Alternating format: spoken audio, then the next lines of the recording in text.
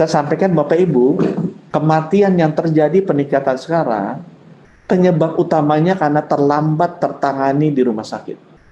Kita sudah melakukan analisa, nanti sore di konferensi pers Kemenkes saya akan buka datanya, bahwa yang wafat di rumah sakit itu mendadak jadi lebih cepat. Biasanya rata-rata sebelumnya 8 hari, sekarang rata-rata 3 hari, 4 hari sudah wafat. Kita lihat kenapa mereka wafat, atau di mana wafatnya rumah sakit ini. Kita juga lihat dulu wafatnya di rumah sakit kebanyakan di ICU.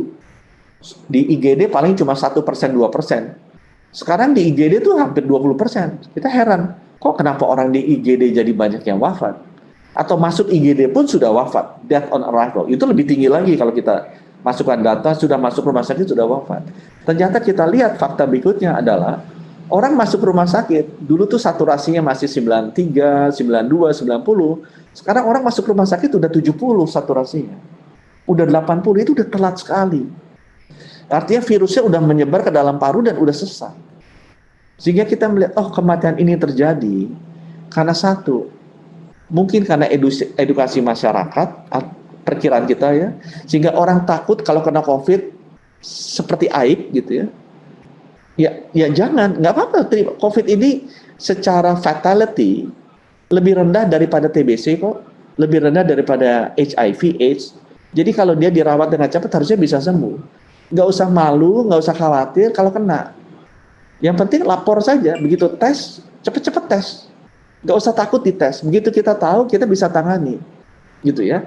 Yang kedua, kita juga lihat sebabnya.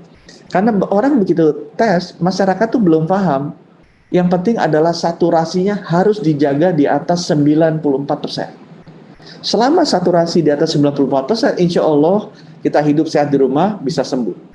Tapi begitu itu di bawah 94%, jangan tunggu lebih lama, langsung ke puskesmas, langsung ke dokter, atau langsung pindah ke isolasi terpusat. Supaya ada perawat yang menjaga. Jangan dibiarkan di rumah. Karena itu membuat saudara kita, family kita bisa wafat. Begitu udah di bawah 94%, segera kirim ke isolasi terpusat. Nggak usah tunggu 80, udah 80 udah terlambat sekali. Ya, jadi kita lihat sebenarnya isunya lebih di sana untuk kita mengurangi kematian. Untuk di rumah sakit semua prosedurnya, terapinya, apa itu plasma convalescent, monoklonal antibody, pakai Actema, semuanya tuh rumah sakit dokter-dokter sudah baik. Di situ kita tidak ada masalah. Yang masalah adalah yang masuk ke IGD karena terlambat.